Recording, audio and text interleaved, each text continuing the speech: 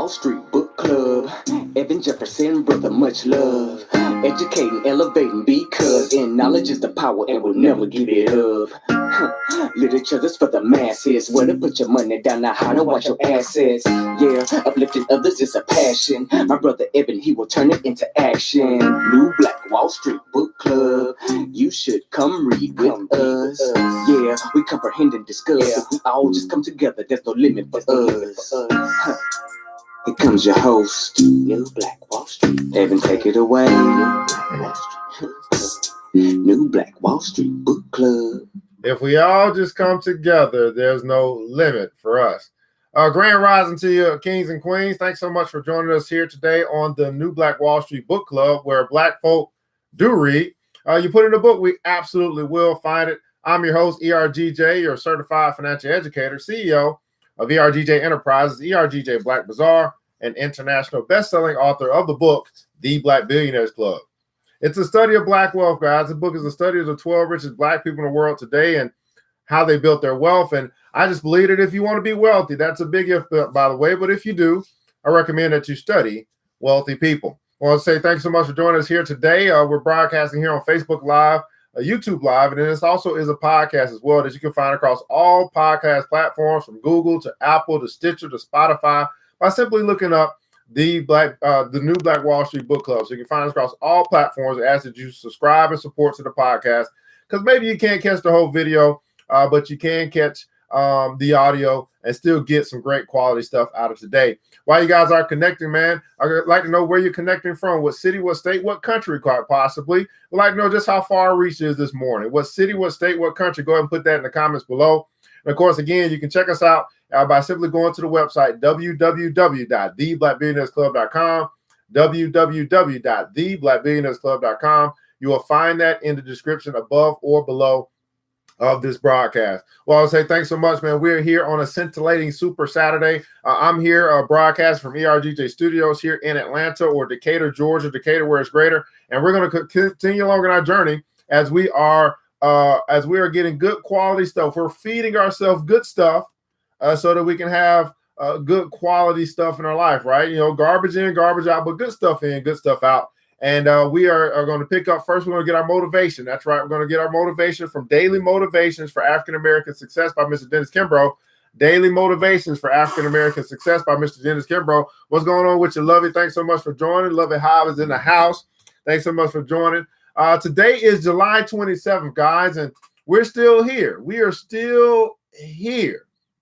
Thank God he's given us another opportunity, another day, right? Another opportunity to make a difference in this world. Another opportunity to make a difference. Let's not squander it. Let's not take it for granted. An attitude of gratitude this morning here as we get started on our way here on the East Coast. Of course, you guys could already be started. Early bird gets the worm. Give me just a second, man. I'm just hitting the share button, let people know that we're here. Just hitting the share button, let people know that we're here. All right, fantastic. July 27th, man. So we're picking up here. We're going to be talking about today's topic, or today's title to our little passage here is The Field of Dreams. The Field of Dreams. Now, just in the title alone, I'm like, okay, I remember that movie. That's the movie where the great line, "If you build it, they will come," came from. I think it was Kevin Costner or something like that was in that movie, The Field of Dreams. And that's our title today, The Field of Dreams. And here's our quote of today. It comes from Gordon Parks Sr., who's a filmmaker. And he says this, and I quote, a person never knows what he can do until he does it. A person will never know what he can do until he does it. Is it possible that you might be looking at some things that you might want to do or accomplish? You might be thinking, I don't know if I can do that. Well, you don't know what you can do until you can do it. And we found in life that as people push the envelope, that they are able to accomplish way more than they ever thought they could, because there's something that's greater that lives in you than he that's in the world.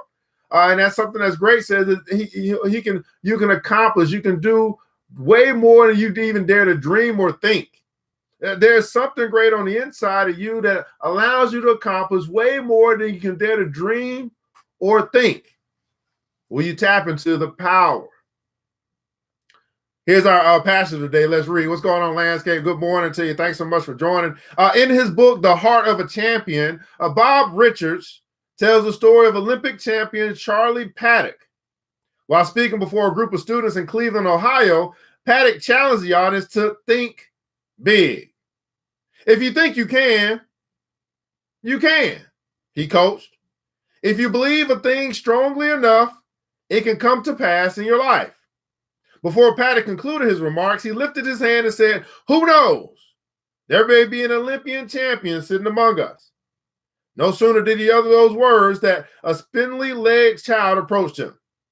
"Mr. Paddock," he said excitedly, I will give anything if I could be an Olympian just like you." It was the boy's hour of inspiration. From that moment on, his life would change. In 1936, the skinny kid traveled to Berlin and turned in 4 electrifying performances, capturing gold medals in the process. His name, Jesse Owens. His name, Jesse Owens. How many guys remember Jesse Owens? So Jesse Owens, we know him as an Olympic athlete. We know him as a superstar. But his inspiration came from a man who came and spoke to a classroom one day and said, if you think you can, you can. If you believe strongly enough in a thing, it can come to pass in your life. What is it that you think strongly about? What is it that you even might, at this point in time, you might still have some doubt as to whether you can? Well, if you think you can, you can. But if you doubt you can, you probably won't. Let me say that again. If you think you can, you can. But if you doubt you can, you probably won't. See, I deal with a lot of people when it comes to money, and one of the biggest things, the challenges, the hurdle to get over is what they think about money or their situation. You know, when you look at and you piled up, $50,000 in debt or $100,000 in debt, sometimes you think, I don't think I'll ever get out. Well, if you don't think you'll ever get out, you probably won't. And so the biggest hurdle, the biggest challenge that I deal with dealing with people is how they think. That's the biggest thing to overcome. It's the techniques and the strategies and the how-to that is of no good to a person who doesn't even think they can. If you don't think you can get out of debt, you won't get out of debt. But if you look at it and say, man, it got to go, I'm going to take care of it, I'm going to find a way. Well, now we're working with something. If you think you can, you can. If you doubt you can, you probably won't. During a victory tour through the streets of Cleveland, Owens stopped to sign autographs. A tiny child pressed against his car, looked his idol in the face and said, "Gee, Mr. Owens, I'd give anything if I could be an Olympian champion just like you." Jesse reached out and replied, "You know, young man, that's what I wanted to be when I was a little older than you. If you will work and train and believe, then one day you'll hit your goals. If you will work and train and believe." Everybody putting comments on work, train, believe. Those are the very same things that you must have to accomplish your goals. You got to work, you got to train or practice, but the biggest thing is you must believe. Matter of fact, you probably won't work if you don't believe. You probably won't train or practice if you don't believe. Why would you do all that if you don't believe you can do it anyway? That's a great way to just give up. But if you work, you train, and believe, then one day, and I would venture to say one day sooner than later, you'll hit your goals. 12 years later, at Wembley Stadium in London, England, 6 sprinters exploded out of the blocks in the 100-meter dash finals. The sprinter in the outside lane burst in the open, drove down and broke the tape first. His name? Harrison Bones Dillard. You say that's a coincidence. You say that will never happen again. You're wrong. It will happen again and again to the person who captures a vision and backs it with action. It will happen again And it will happen again to the person who captures a vision and backs it with action. So, kings and queens, my question to you this morning, have you captured a vision? Do you have some vision that you see for your life or for your organization or for a desire that you have? Have you captured a vision? And some are stuck in this stage just trying to capture a vision that they can see and that they can feel and that they're like, yes, that's what I want. Or that's what God wants for me, however you want to put it. Have you captured a vision? And if you have, because I'm going to assume that many of you have caught a vision, are you willing to back that up with action? Our vision say, man, the action piece seems to be, in my small experience, the biggest difference between success and failure. And I won't even call it failure, because how can you fail if you never tried? You caught a vision, but are you willing to back that up by action? Right? Think about this for a second. We both have this day called Saturday, is what we call it, on this day. And we both have, if given the opportunity, 24 hours in this day. We don't know if that day will be cut short for us or not, but we're going to assume that, that we're here now and that we will get the next 24 hours. What it comes down to, guys, it really comes down to how you use your time. You can use your time just thinking about what you want, or you can use your time going to create what you want. You can use your time hoping that someone will bring you what you want, or you can use your time going to get what you want. You have caught the vision, but are you willing to back it up by action? See, today I could choose to do a lot of things today. It's Saturday. I mean, everybody is out. There's probably a lot of stuff going on in the city. I could choose to do a lot of things today, but you know what I'm choosing to do? I'm choosing to do what most people won't do. I'm going to be working. I got stuff to update on my website. I got to get some new stuff out. I need to rehash this whole thing. So I'm going to spend the majority of my day working, while others are probably out playing and spending. And see, there are some that just simply look to the weekends, this thing called the weekend. They look to this weekend so they can go spend more money. I mean, they done worked hard all week. They finally got their paycheck yesterday. It's Friday. And now they say it's Saturday. I'm free. And guess what? They'll be broke on Monday. See, I just made a conscious decision in my life. I'm going to choose to do what others are unwilling to do. And that's why I can live the life that others can't afford to live. It's a choice. Now, I'm going to have to make it fun. Everybody putting guys on make it fun. I'm going to have to make it fun. It's not necessarily fun, but I'm going to have to make it fun. Now, how do I make it fun? The way in which I make it fun is I envision what my work is going to do. I envision what my seed planting is going to bring. I envision the harvest that I'm going to reap, because the harvest is plenty, but the laborers are few. And so I realize if I want to have the plenty of harvest, I must be one of the few, which is the laborer, the worker, the one who will decide to work when others play.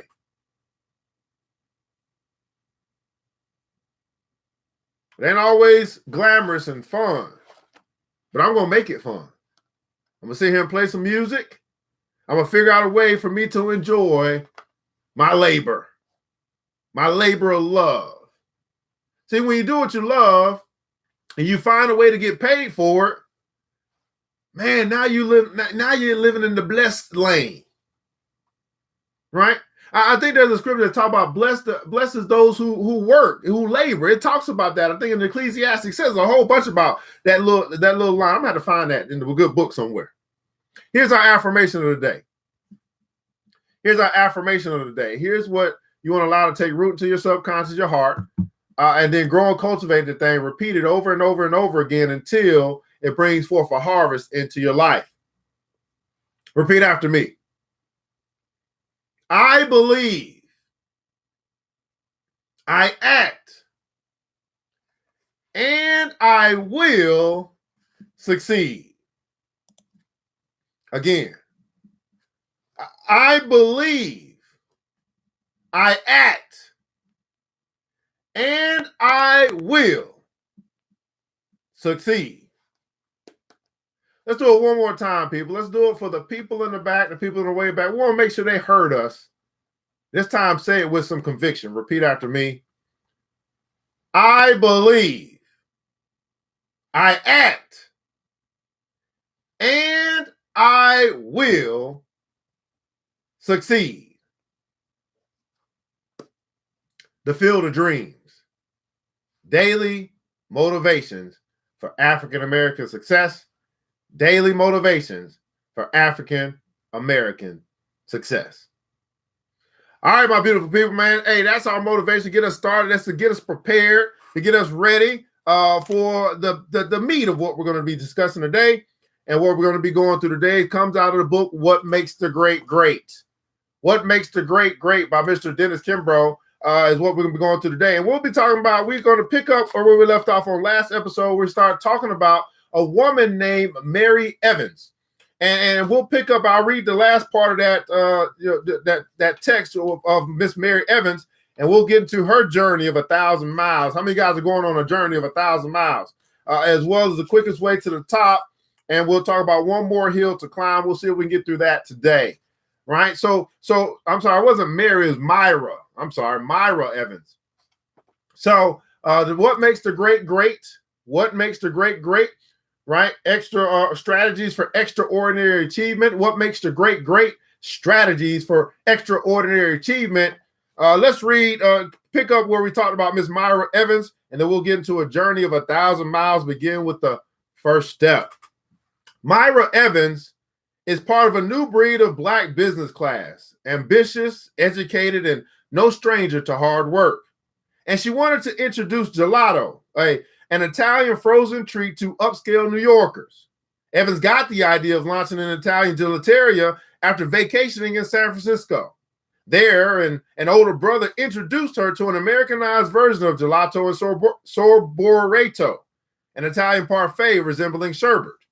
I guess it was love at first lick. Evans returned to her East Coast home to discover that sophisticated New Yorkers had never experienced the delicacy. She approached a seasoned council of retired Small Business Association veterans with a smartly packaged business plan and poured out her heart.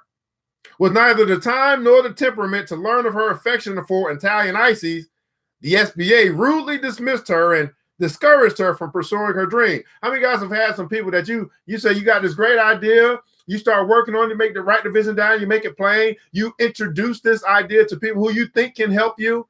This is the SBA. This is the Small Business Administration. And they rudely, right? They rudely dismiss you and then discourage you from pursuing your dream. How many have had some people discourage you from pursuing your dream? Now, this, I don't know, this is kind of tough because this is the Small Business Administration. This is what people tout. They say they tout this place like, hey, go here to get the help that you need. And then this woman who has this great idea to bring something from the West Coast to the East Coast to introduce something new to this new area, her home, and she has the plan and she has the passion. Everybody putting comments on plan and passion. She got the plan and she has the passion, and the Small Business Administration at this time dismissed her. Dismissed. How many guys know what it feels like to be dismissed? Dismissed. They dismissed her, right? And discouraged her. You've been dismissed before. You've been discouraged before. You had the great idea. You got the great idea. You even took the time not to just have the idea, to actually make a plan about how you're going to move forward with the idea, to manifest it, to turn it from dream to reality. You have the idea and the plan and the passion. And you go to some people who you think will be able to help you, and they dismiss you. And they discourage you. See, I'm going to say this the best way I can, but the weak-hearted individual quits right there. I mean, if the Small Business Administration didn't want to hear what I had to say, I mean, who else would want to hear what I say? I guess I'll just move on. I mean, I guess that's a dream deferred. I guess it just won't happen for me.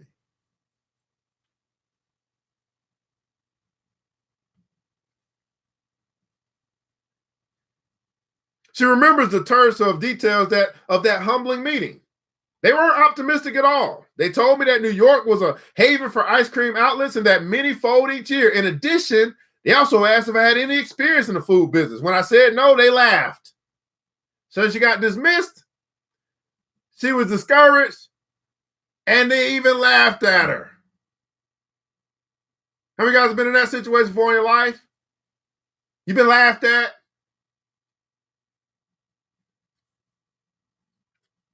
You obviously don't know how demanding the food business can be, they smirked. As Evans walked out from that depressed meeting, she blurted, I'll get experience, all right, by capturing the market. I'll get experience by capturing the market. A journey of 1,000 miles begins with the first step. Right now, beautiful people, kings and queens, I want you to think about your journey. The end goal, the big audacious goal, the big dream that you got, that's the 1,000 miles. But you got to understand, we must begin to understand even greater that it begins with the first step. Everybody putting comments on the first step. See, too often, the big dream overshadows the first step. Matter of fact, I was having a conversation with a sister just 2 days ago, and we were talking about, the things that we want to accomplish and do and all that stuff. And you know what I said? I told her, I said, well, that's great. I know we got all these big things we need to do, all these ideas. I said, but all I really focus on is the next step. And so when she said, well, hey, you need to call this person and talk to this person, I was like, great, that's what I'll do. That'll be the next thing I do. But then she started to want to add on more. And I was like, no, that's not how I operate. I'm very methodical. Like, if that's the next step, then that's all I need to concern myself with right now. I mean, once I take that step and I have that conversation, then I'll figure out what the next step is. But for me to go through all these different steps, when all I need to really do is focus on the next step. If this is the next logical step, then this is the step I'll focus on. This is the step I'll take. Everything else becomes obsolete. Now, most people, they can't operate like that. They want to know. I mean, and I don't know, but I just find that women want all the details, which is great. You want to be informed, okay? I'm just saying, like I have found it to be. Want all the details, so you spend the time getting all the details, and then guess what? The details of everything that you now have consumed makes you scared to take the next step. Because now you got too much information. How many guys had TMI, too much information? You had so much information that now you looked at all the different angles that you never took the first step. Because now the information that you got is information overload. So I had to tell the lady, I said, I get it. Men are from men are from Mars, women are from Venus. I don't need to know all that. All I need to know is what the next step is as it relates to what we're looking to accomplish. I'll focus on that step. I don't want to talk about anything else because I don't want information overload. TMI. Oh, don't shove it down because I'm preaching good. How many guys have been there where you was ready to go? You was ready, like, okay, I can do this. But then you get too much information. And then now you're sitting there like, I don't know if I want to do all this. And now you just don't move at all. You don't take anything. You don't do nothing now. Too much information. You want to know everything at the beginning.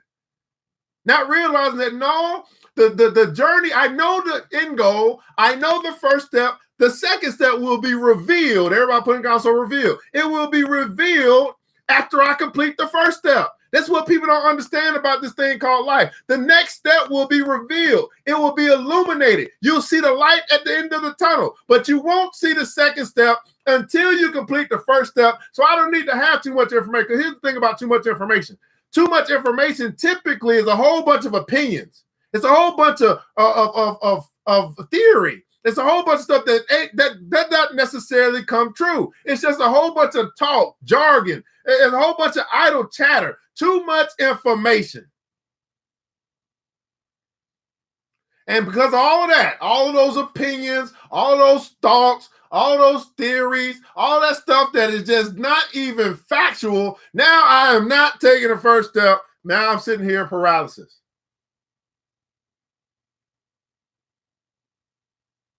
Right? How many guys have been there? You and a partner, you and two other people or three other people, y'all gonna do some stuff together. Y'all put together, say, man, this is what we want to accomplish. And then y'all start saying, okay, what do we need to do now? And y'all come up with, okay, here's what it seems like the most logical step for us to take. But then y'all start talking about all this other stuff. It's like y'all just have meeting after meeting after meeting after meeting after meeting, information after information after, and y'all call it research. Y'all call it research. Like, now we're going to do all the research. And you know what I found? What I found in my life, and you guys tell me if this has been true for you. Yeah, they do all the research. I take all the action. Now, yeah, I might take some action and it'd be ill-advised action. But damn, at least I'm taking action. I mean, y'all can do all the research and not take any action, or I can do the action and I can learn as I go. And guess what happens? I get so much more done.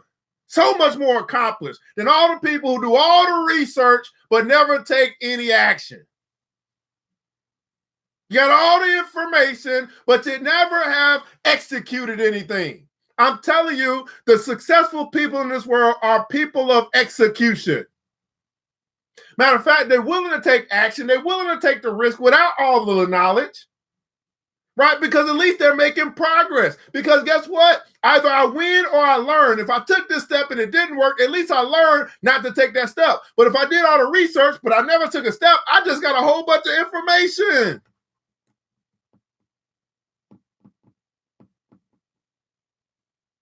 Information overload kills dreams. Matter of fact, it wouldn't even be a dream if you knew it all. Think about that for a second. Let me say that again for the people in the back. It wouldn't even be a dream if you already knew. You think about that. I mean, that right there is probably a word for somebody. That's in itself. It would not even be a dream if you already knew.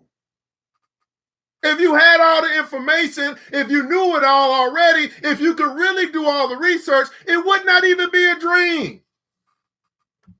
I go back to the same thing, the same analogy. Noah did not know how to build a boat.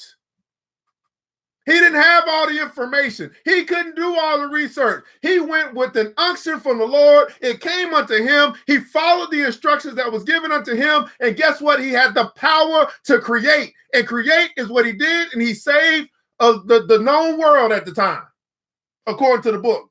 I mean, I'm not an expert in the book, by the way, but I think that's how it happened.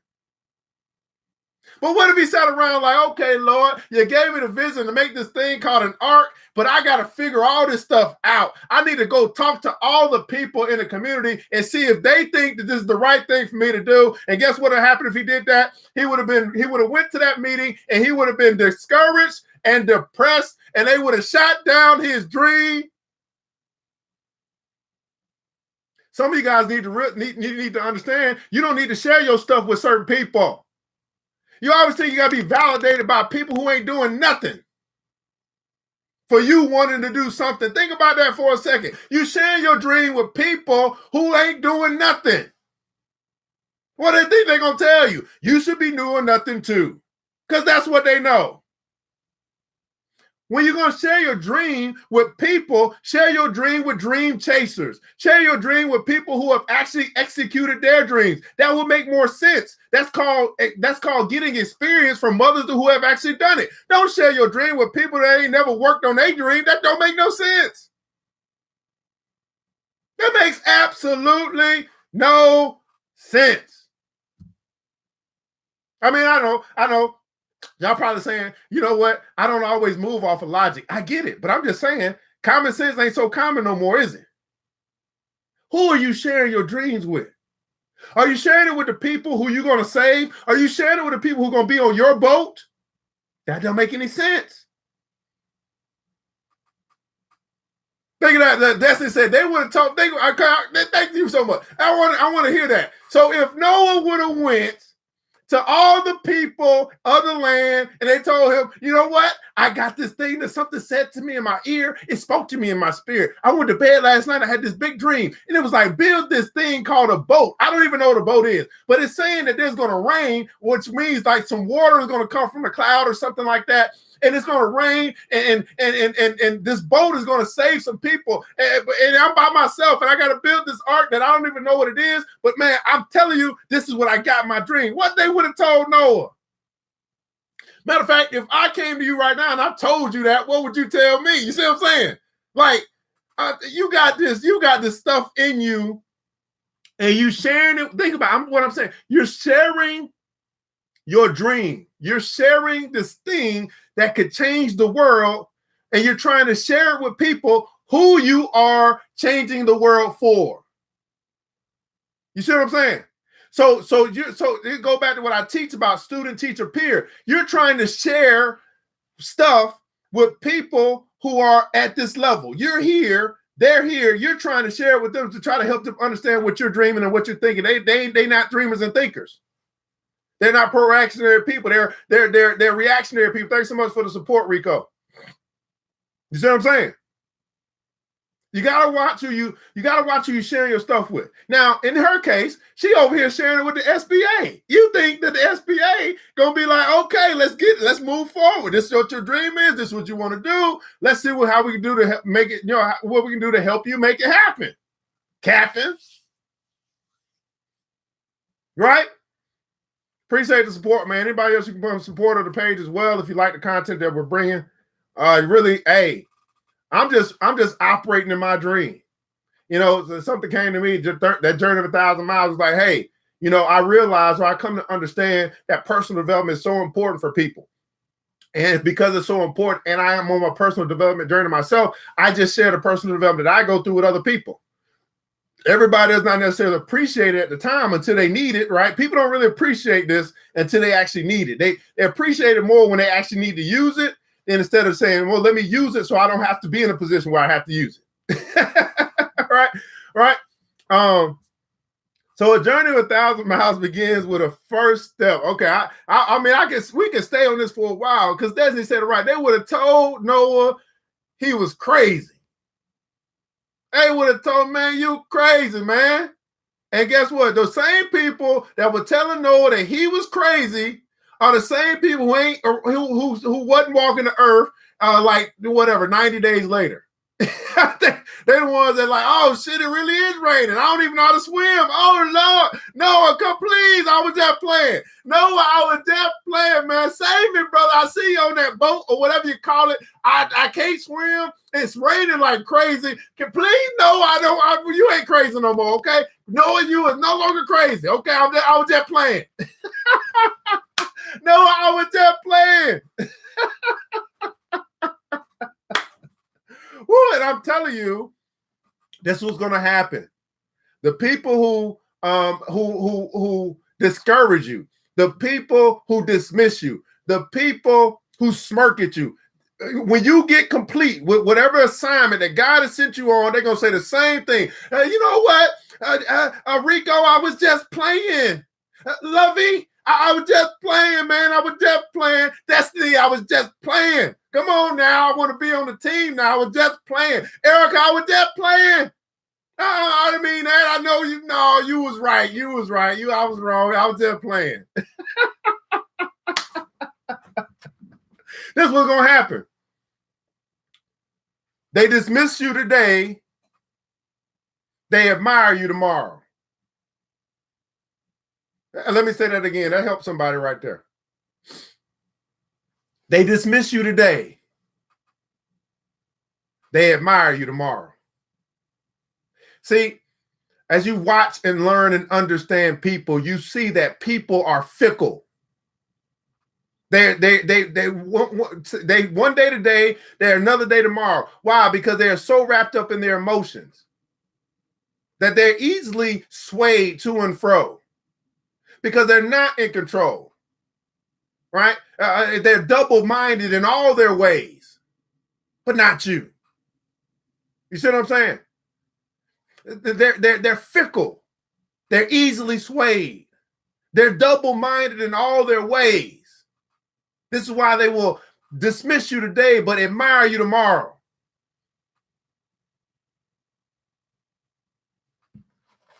Journey of 1,000 steps begins with the first step.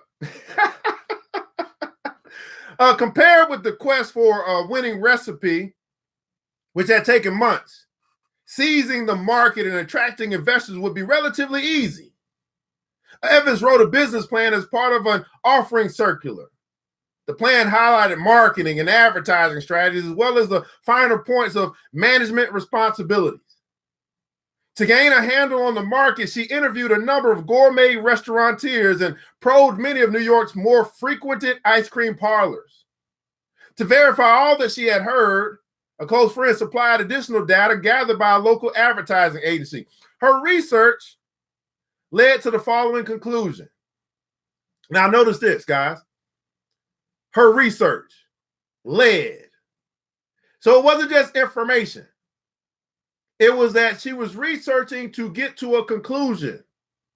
And she was able to draw conclusions. Same thing that I talk to people about when it comes to this thing called business. Like I have a Facebook business page. Guess what I do? I get the research from my analytics, and those analytics help me to draw conclusions. And when I draw conclusions, I know what I'm able to figure out what to do next. I don't do research just to do research. I do research to draw conclusions. That helps somebody. Put that kind of draw conclusions. Some of us, we just do research to get more information. That's not what the point. That's not the point. That's not intentional. You're doing research so it can lead you to some conclusions. You got the data in front of you. You can figure some stuff out now that you have the data. What worked, what didn't work, what you need to do more of, what you need to do less of. I do research to lead me to conclusions so I can make better decisions. Which she rattled off like a young MBA, and her research led to the following conclusion, which she rattled off like a young MBA in a corporate briefing. The majority of ice cream lovers are women, Evans explained, age 35 to 50. The business is not as seasonal as one might suspect. Right? You might suspect, okay, ice cream, summertime, that's when people are going to buy it the most. She says, hey, her research did not draw her to the conclusion. Now, before she had theories. She said, oh, well, this is when the best time to do the ice cream. This is going to be this is who's going to buy it the most, kids probably. Like if I told you I was going to open an ice cream parlor, that's probably what we would think. We'd say, okay, it's going to be best in the summertime, best in the spring when it's hot. And it's also probably going to be, they're probably going to buy the most is going to be bought during for the children, right? That's what you probably would think. Those are called theories. You see what I'm saying? She did research to draw her to conclusion. I said, well, this is what we have found to be, true based off of our research. Most ice cream lovers are women, age 35 to 50. And it's not as a seasonal business as one might think. So remember I said in the beginning, you got people who want to talk about all these theories, but they never do any research to draw conclusions. So it's all theoretical. Some of you right now, you're operating your business off of theories. You're trying to make decisions off of theories, what you think would be best, what you think might work. You have no data, no analytics, you've done no research, but yet you're trying to move based off how you would move, how you feel. And I want to tell you today that most people are not like you. You see what I'm saying? That's why you need analytics. That's why you need data. That's why you need research. So you can stop trying to think that people are going to operate how you move, and you can come to a realization that this is how most people really do move.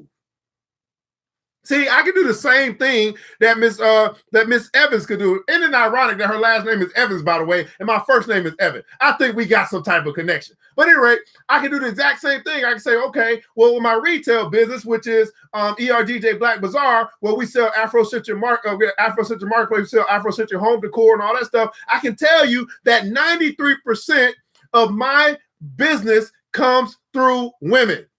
I can also tell you that of that 93%, most of those women are between ages 25 and 45. See, I'm drawing conclusions. So now I know if 93% of my clientele, of my customers are women, then I know who to market to. I mean, why would I spend 80% of my time trying to market to brothers when I know that 93% of my customer base is women? I don't need to spend no time marketing to the brothers. I just need to spend my time marketing to the who? The women, ages 25 to 45. Why? I've got research. I've got data. I've got analytics that tells me what to do. How about you?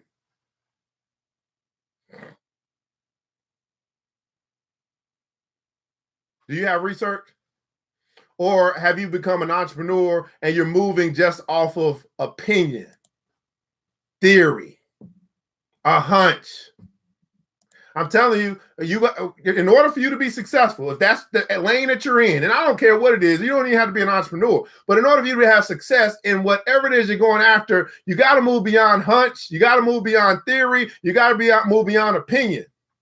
And it's not going to serve you well. I'm telling you, that's one of the quickest ways to get to failure. That's one of the quickest ways to be the person that's in the water drowning from the rain versus the person that's being in the boat. How many guys want to be in the boat and not the moat? I'm telling you, opinions are in the moat. Research, data, analysis is in the boat. If you're a boat person, put in the comments below boat. If you're a moat person, don't say nothing, please. Say, I'm in the boat. I'm in the boat, people. I'm in the boat. All right. Having completed her homework, you mean to tell me that Myra Evans and her quest to start this business that's going to bring gelato to New York, she actually had some homework. Having completed her homework, Evans' investment and money management training served her well, very well. With the aid of an attorney, she wrote her own prospectus and raced about to line up the financing. The document outlined the initial offering and was circulated among friends and coworkers. Evans covered some of her financial exposure by selling small pieces of her company, although she maintained a majority of the equity. Within 1 week, she raised $15,000. After a month, the figure shot up to $50,000. Sensing victory and within a few shares of her projected $500,000 goal, Evans invited potential backers to taste a taste test. The palates of these seasoned financial types were no match for the out-of-this-world taste that distinguishes true gelato. The plan worked. And she was fully subscribed by the time her doors opened. In all, each of more than 30 people committed to a minimum investment of $5,000. Gelato Mode Incorporated was capitalized at more than $1 million, with Evans maintaining 51% ownership. Do you guys hear what's happening? What Myra Evans did after she was dismissed, after she was discouraged, after she was smirked by the people who supposedly knew it all, the SBA, when it comes to starting a business, small business administration. She took matters into her own hands.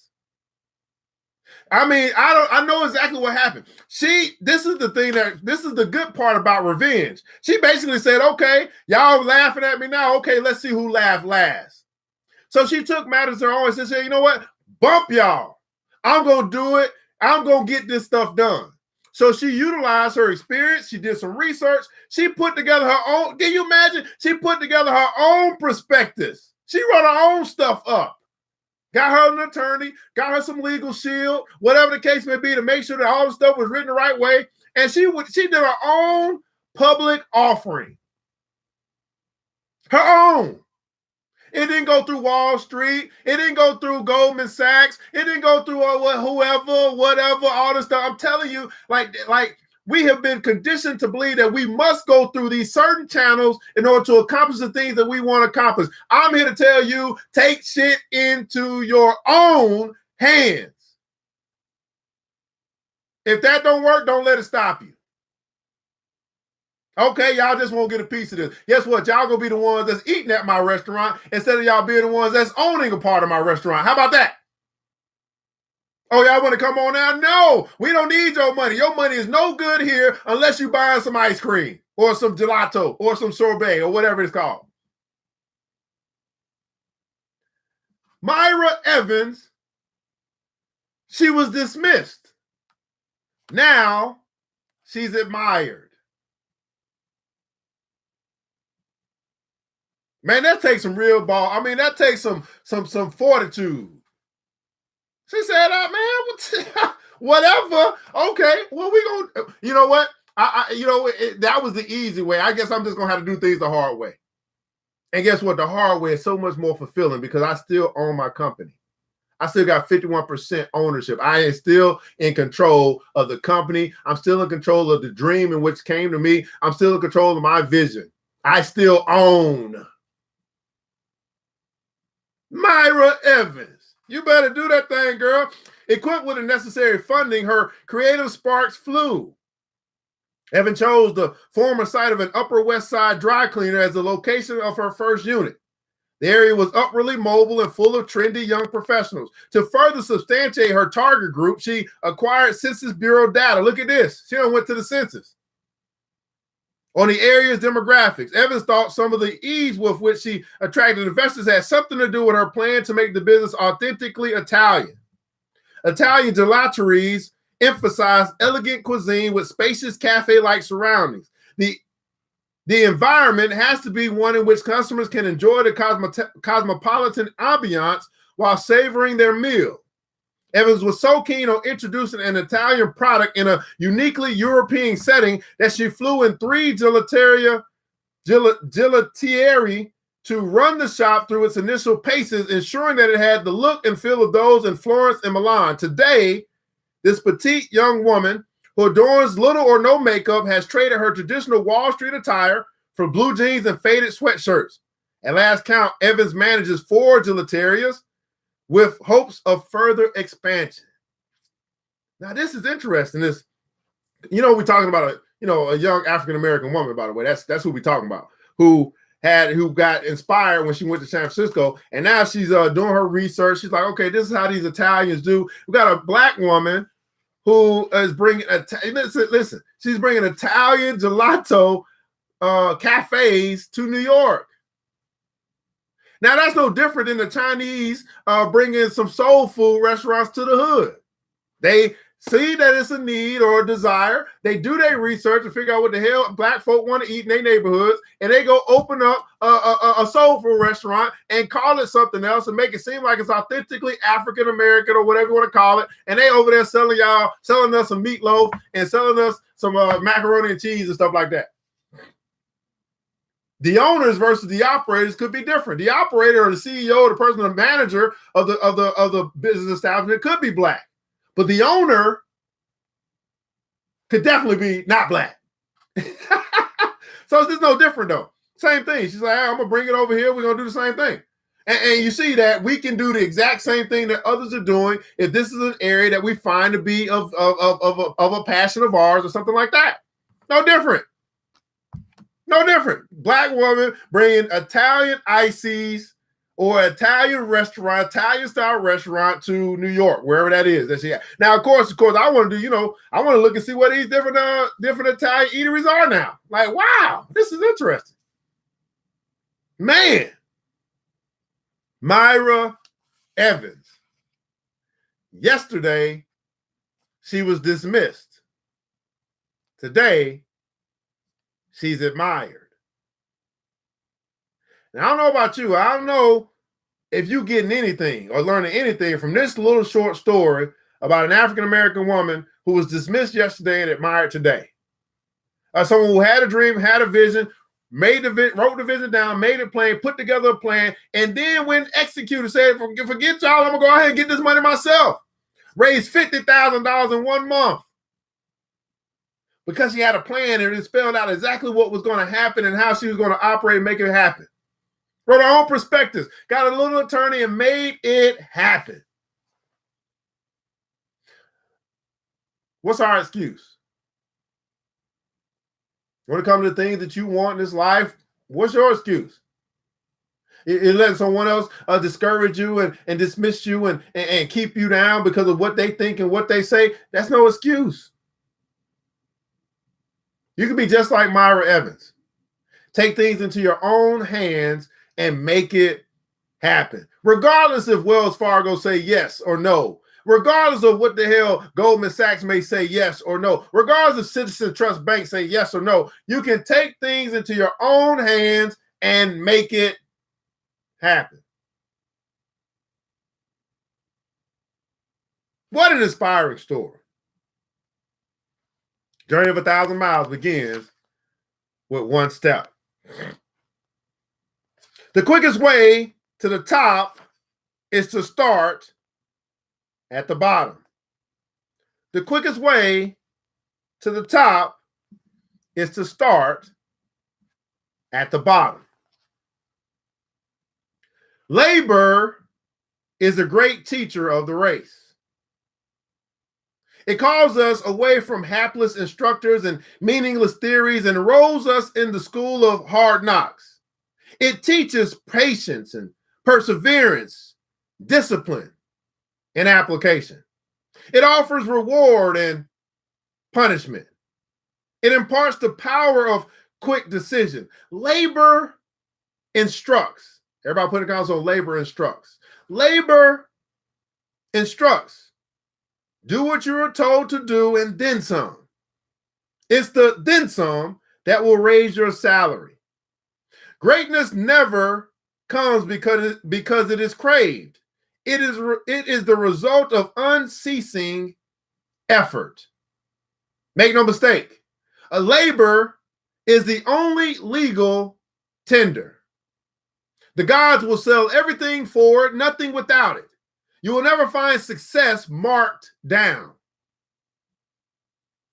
Born in an age and country in which knowledge and opportunity abound, how can you sit with folded hands asking God's help in work that He has already given you the necessary tools? Even when the chosen people had their progress checked by the Red Sea and their leader paused for divine help, the Lord said, "Wherefore criest unto me, thou unto me?" In other words, use what you have and work. Use what you have and work. When Dominique Dawes was 9 years old, she visualized winning upcoming gymnastic events by taking a crayon and writing the same word over and over again on the mirror in her bedroom. The word that she wrote with such studied tenacity was determination. The word that she wrote was determination. A decade later, she had endured the daily grind of a 7-hour training schedule. Her youthful drive is paying off. Dominique Dawes is the odds-on favorite to capture the gold in the 1996 Olympic Games. It is work more so than determination that has delivered the goods. Whoopi Goldberg's a comic, but she's no joke in the entertainment industry. As her movies continue their far-ranging appeal, Whoopi has positioned herself as one of the highest-paid talents in Hollywood. It's a distinction that earns her nearly $10 million per film. Not bad for a child who grew up in New York City in a New York City housing project. At age 21, Whoopi had been a wife, a mother, a divorcee, and a welfare recipient. Whoopi had been but today, this Academy Award-winning actress with her signature dreadlocks attributes her success to one special gift. In the world of the silver screen, action is power.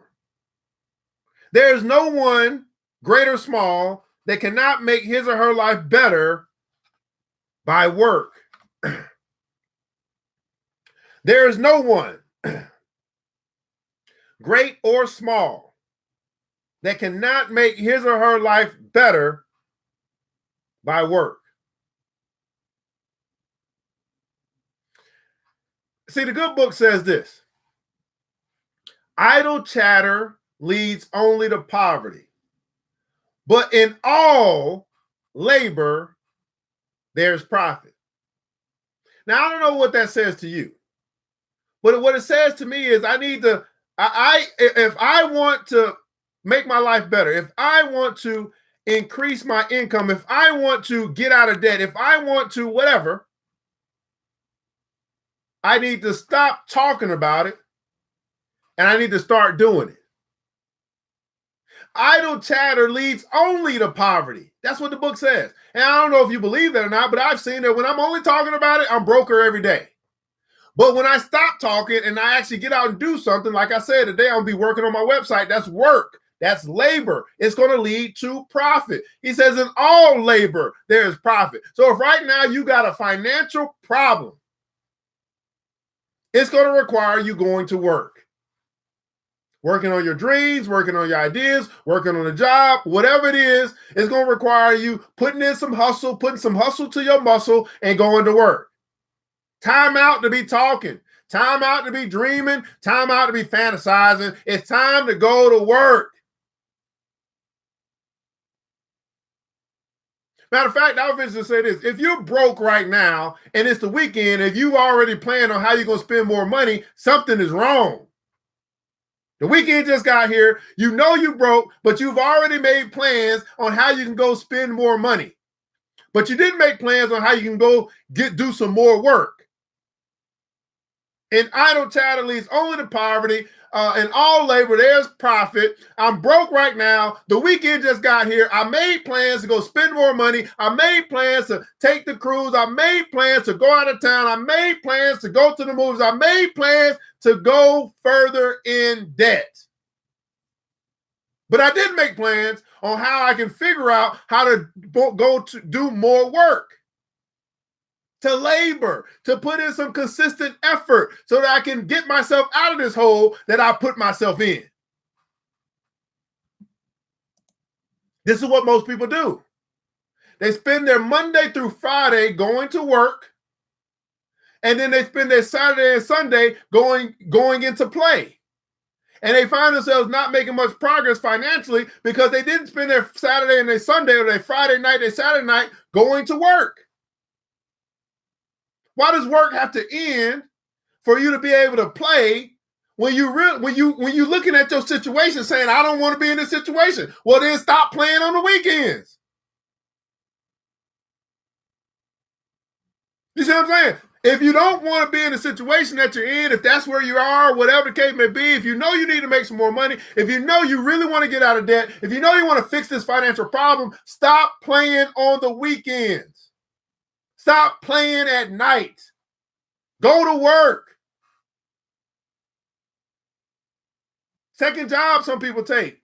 I'm not saying you necessarily do. There's a lot of different ways that you can go to work, by the way. You can start your little small business on the side. You can go to work.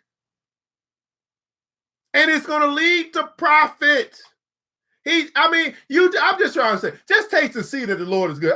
Just try it out. Just see if he's really telling the truth that in all labor there's profit. If he says to me, and I believe it to be true, and I got faith to believe that if he said it, it must be true. If it's in that book, it must be something to it. If he says in all labor there's profit, then I can measure and I can see and I can put it to the test. I did it. I put it to the test. How many guys are saying I'm going to put it to the test? Even if you don't believe it, will you put it to the test to see if it comes out to be like, okay, this is real? Like, that's what I had to do. That's what I did. I don't know about you. That's what I did. Like, I didn't really believe. When I first came across this thing called the Bible, I wasn't a person that just sat there and just said, I'm going to believe just because it's written down. You know what I started doing? I started putting these little proverbs to the test. I said, okay, if you say all labor there's profit, I'm going to go to work and I'm going to see if I get profit. Guess what happened? When I went to work, I got profit. And then I realized that when I got lazy, I got broke. And I said, well, I don't want to be broke no more, so I'm going to stop being lazy. So I'm going to go back to work. And I put in the labor, and guess what happened? I got in the profit. I keep putting in the labor, guess what keep happening? I keep getting in the profit. It's your choice. It's there. Even if you haven't seen it, I just shared it with you. Now you know. I can keep talking about it and stay in poverty, or I can be about it and I get in the profit. Which one do you choose? Do you choose poverty or profit? It's up to you. It really is up to you. It's a choice. Black wealth is a black choice. You can choose to remain or stay or abide or dwell in poverty, or you can choose to stay, remain, or dwell in profit. It all comes down to your choice. Talk or do. It's up to you. I can't make you do. And I surely don't have to listen to your talk. Okay? Stay in poverty, stay broke, stay living paycheck to paycheck. That's up to you. The decision comes in the talking and the doing. The decision comes in the idle chatter or labor or work. The decision comes in, am I going to at least put in the effort? Now, some of you guys, for some reason, you think that effort means that, well, I thought about it, so I put in some mental effort. No, that ain't how it works, baby. They ain't going to get away with that one. Just because you thought about something, just because it was hard on your membrane, and you finally came up with an idea, that ain't good enough. That might have been a little toiling on your mental, but that ain't good enough. I'm just trying to tell you. And just because you sat in a prayer room and you felt like you prayed hard, that ain't good enough either. Because it don't require praying hard, whatever the hell that is. It's simple prayers. It's you just come to God with your heart and let him know what you got to say and get it moving. It don't require a whole bunch. You think that's because you pray for 3 hours, mean that you done did something. No, you can pray for 2 seconds and get some stuff done. You've been fooled into some religious dogma. Oh, I'm sorry. I'm sorry I had to hit you with that one. I mean, my goodness. You think just because you can pray for 3 hours. I mean, no, that's 3 hours of you not going to work. And then you justifying not working because of your idle chatter unto the Lord. And guess what he said, man, you prayed unto me, but I didn't know you. You called my name, but I didn't know you.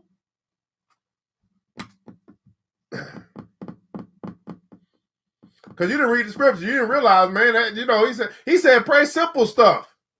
He is sure you can do the same prayer every day. Our Heavenly Father who art in heaven, hallowed be thy name, thy kingdom come, thy will be done on earth as it is in heaven. Give me this day something to eat. I mean, please feed me. I thank you for that. And forgive me for all the stuff that I done did. I mean, I done messed up. Please forgive me. And I realized I got to forgive others too. So I'm gonna make it I'm gonna make it my day to go and forgive the people I need to forgive. And that way I'll be forgiven. Leave me not. Right? Leave me somewhere that's gonna be great. Don't leave me to the crazy place. I'm tired of going to the crazy place. See, the heavenly prayer, the Holy Script, whatever it's called. Father's prayer, something like that. Simple stuff.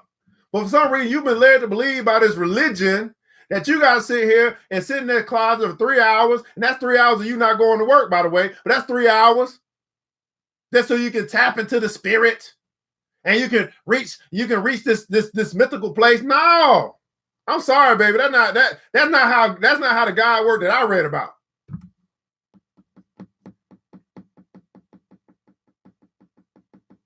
Yeah, y'all don't like talking about that because when you come across somebody that's actually done read the book, it's like, what are y'all doing? He said, man, when you pray, you know what I'm saying, go into the closet and pray. You know what I'm saying? Pray in secret and I'll reward you in the open. But yet we have all these leaders who want to pray in the open, who want to be seen as if they are so great because they got good words to say up into heaven. He said, pray in secret and you'll be rewarded in open. I don't know why that don't happen. I see a whole bunch of people trying to pray in open so they can be seen by men. Uh-oh. How did I get over here? Oh, Lord, I see a whole bunch of people trying to pray in the open so they can be seen by men. And God said, pray in secret so you can be seen by me. Well, I think they skipped that part. That part wasn't in the book. They skipped that part. We ain't gonna do that one. Okay. The scoreboard read, Atlanta Hawks 112, Washington Bullets 90. More than 12,000 beaming fans seated at the Omni in Atlanta. Georgia had witnessed history. The Hawks' victory was Coach Lenny Wilkins' 939th career win, placing him ahead of legendary Red Auerbach as the winningest coach in National Basketball Association history. Over the course of a professional career that began in 1960, Wilkins played 15 seasons, made the All-Star team 9 times, ranked 6th in assists in NBA history, and was the league's second black head coach. He had participated in more games as a player and or coach than anyone else. Known for his graceful intensity, Wilkins may not have been the best coach or the most skilled player. When Ray Auerbach unrolled his program, his presence was commanded by power. When Michael Jordan soared to the basket, everyone stood up to take notice. But when all is said and done, you will find the name Wilkins under the win column before any of his competitors. Why? Because he was committed to outwork them. He was committed to outwork them. Everybody put in comments, so outwork. You must understand that, yes, there is a competition going on. The biggest person that you got to outwork is your old self, by the way. The biggest person that you need to outwork is the person in the mirror. If you simply outwork yourself, you'll do just fine. But there are some other people. There is this thing called the market. And you got to realize that there is in the market, you are in competition with a whole bunch of other people. This is why I get up early. Early bird gets the worm, because I realize if I get up early enough and I go to work, I am simply turning time in my favor, and I'm outworking my competition who won't get out of bed until 10. If I'm out at 6 and they're out at 10, I got 4 hours head start. And I simply outwork them because I'm willing to get up before them and go to work. But the biggest person you must outwork is your old self. You must outwork the person in the mirror. You look in the mirror and you see, man, I've done some work, but yes, I can do more. I can do better. And if you start to do that, you start to realize that, you start to manifest that, you know what, I can do better and I will do better. You begin to outwork the person in the mirror. That's when you really start to make progress. Because you're no longer saying, you know what, I agree with doing less than my best. I'm cool with me putting in a mediocre effort. I realized what I did yesterday, but I can do better. I can do more today. And when you do that each and every day, you begin to outwork the competition, which is you. I'm telling you, I found this to be true. Although we can look about all these people, all these companies, all these different businesses, all this different stuff, your real competition is you. The real competition, the real thing that you need to overcome, the real thing that you must beat is you.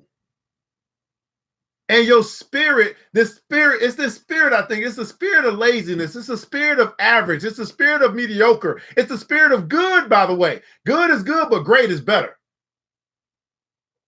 And so, yes, you might be good, but why are you not great? The biggest competition for you is you. You are the only one that's holding you back. You are the only one that's keeping you from your greatness. You must overcome you.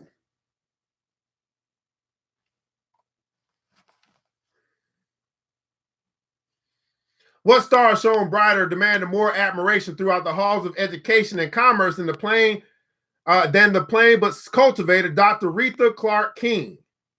The barriers are not yet erected that can say to this aspiring talent, thus far and no farther. Born in the teeth of poverty in South Georgia to a mother who didn't make it past the 3rd grade and a father who couldn't read his name, Retha's road to success ran uphill. As a senior at Tiny Clark College, she sat in the dean's office holding a tear-stained copy of her grades. Through her performance in the classroom was stellar, she was unable to pay her tuition.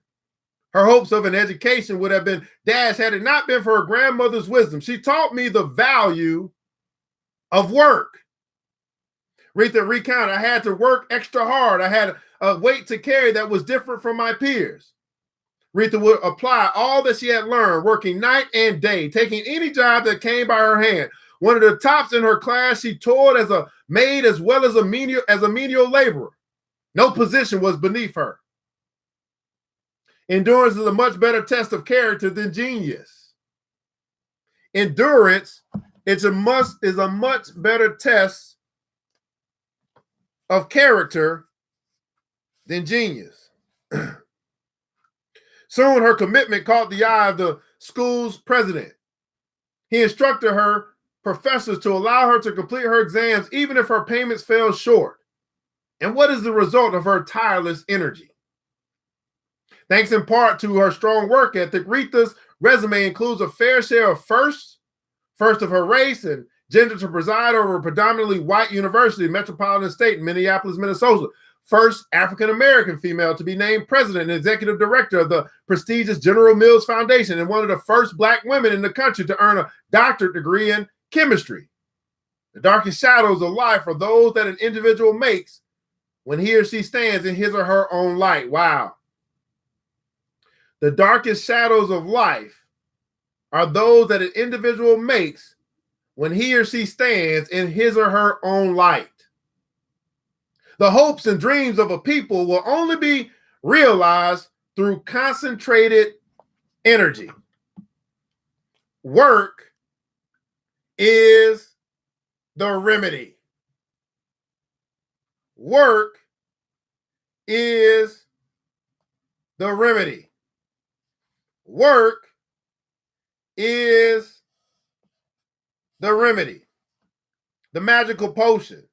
It is the answer to whatever ails you. Work is the remedy. As I stated earlier, good book simply says this: idle chatter leads only to poverty. But in all labor, there's profit. I catch the question to you, kings and queens, as it again is a super scintillating Saturday. Most people are going to play. Are you going to work? What is it today that you're going to work on that can bring you profit and help deliver you, or help be the answer to whatever ails you? You had a decision to make. Are you going to play like the crowd, like everybody else, and remain or stay or be broke like everybody else? Or are you going to go to work? Here's what I found: as I go to work on a Saturday where everybody else is playing, those people who are playing will be paying me on Saturday. And see, there's some places that are actually at work. Matter of fact, the places that the people are going to go play today, those places are open because they are working. And they are providing the entertainment, or they're providing the opportunity for the people to play. The people are going to play, spend their money. The people who are actually working are getting the money. They've created that business for the people who are coming to play.